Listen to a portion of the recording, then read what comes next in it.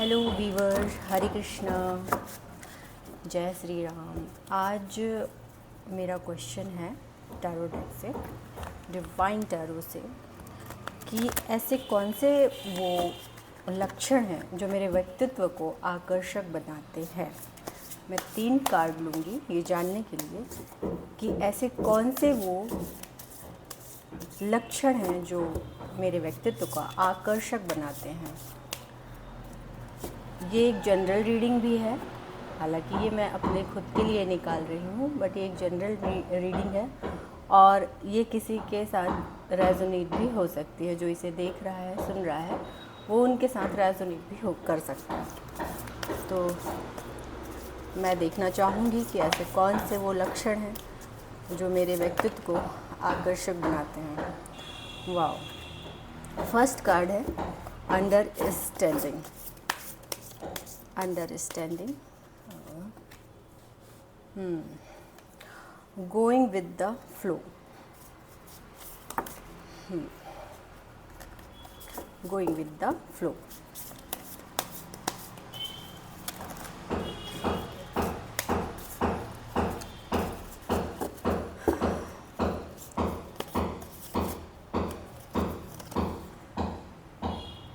Aloneless.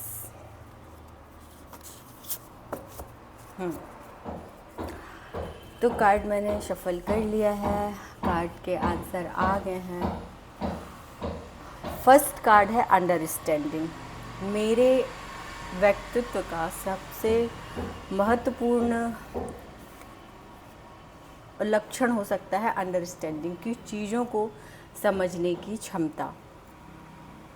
मैं कैसे समझ पा रही हूँ, यहाँ पे जो कार्ड है वो कार्ड साफ दिखा रहा है कि अगर मैं इस पिंजड़े में बंद चिड़िया को देखूं, जो कि बंद भी नहीं है, जिसके पास सलाखें तो हैं लेकिन वो उड़ सकती है, उसके पास पंख भी हैं, वो चमकदार पंख हैं और जस्ट लाइक वो कुछ ही दूरी पे है उस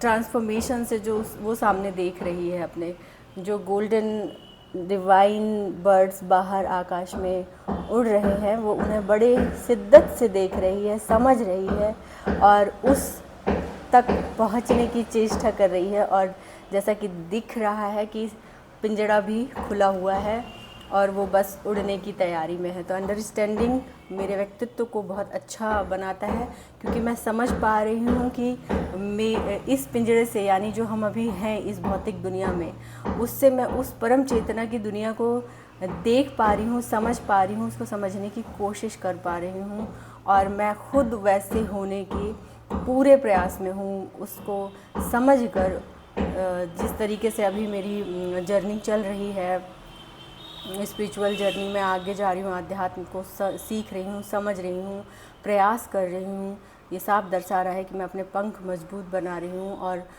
बस आकाश में छलांग लगाने की पूरी मेरी तैयारी है और मैं चीज़ों को समझ पा रही हूँ। ये मेरे व्यक्तित्व को आकर्षक बनाता है, क्योंकि हर व्यक्ति को पूर्ण परमात्मा या पूर्ण होने के लिए पूरी ये व्यक्ति का जन्म ही इसलिए होता है कि वो पूर्ण परमात्मा की छवि को समझे, देखे, पहचाने। और जो इस रास्ते पे चलता है, खुद को समझने के, खुद को जानने के रास्ते पे चलता है, वो उसका व्यक्तित्व अपने आप ही बहुत ही ज़्यादा आकर्षक हो जाता है।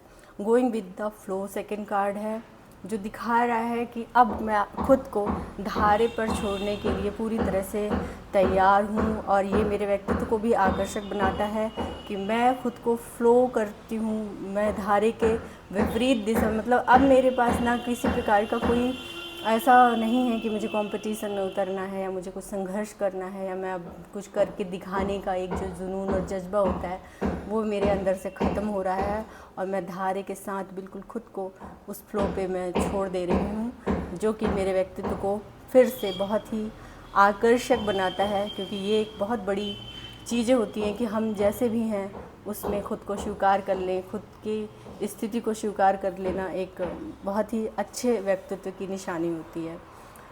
अलोननेस एक जो मेरा व्यक्तित्व अभी बन रहा है कि मैं खुद के साथ हो रही हूँ, मैं अपने आप को अपने साथ रख रही हूँ।